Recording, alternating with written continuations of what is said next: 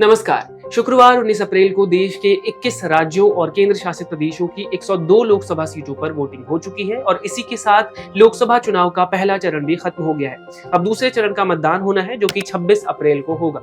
इस चरण में कहीं शादी के जोड़े में लोग वोट करने के लिए आए, कहीं भारत की सबसे छोटी कद की महिला ने अपना वोट डाला, कहीं सीनियर सिटीजन्स ने वोटिंग की। अब पहले चरण के मतदान में क्या क्या खास रहा, कितने प्रतिशत देश के 102 लोकसभा सीटों पर वोटिंग हुई, आइए जानते हैं। पूरे देश में कल वोटर टर्नआउट 60% रहा, जो कि पिछले लोकसभा चुनावों के नेशनल एवरेज से 7% कम था और पिछले चुनाव के पहले फेज की वोटिंग परसेंटेज से 9% कम रहा।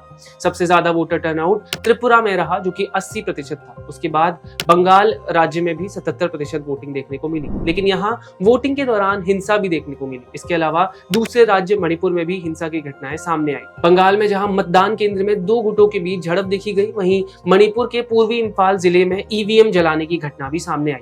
मणिपुर की 2 लोकसभा सीटों मणिपुर इनर और मणिपुर आउटर पर इस फेज के कुछ हिस्सों में वोटिंग हुई और हिंसा को देखते हुए आउटर सीट के कुछ हिस्सों में 26 अप्रैल को दोबारा वोटिंग की जाएगी।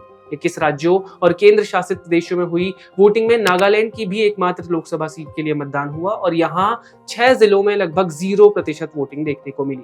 आपको बता दें कि इन 6 जिलों में 4 लाख वोटर्स थे, यानी 4 लाख वोटरों ने मतदान ही नहीं किया। ऐसा इसलिए हुआ क्योंकि नागालैंड का एक संगठन है जिसका नाम है ईस्टर्न नागालैंड पीपल्स ऑर्गेनाइजेशन। इस संगठन ने ईस्टर्न नागालैंड के 6 जिलों मॉन, लोंगलेंग, टोसेंग, नोकलाक, शामतोर और केफेरे में लोगों से चुनाव का बहिष्कार करने की अपील की थी।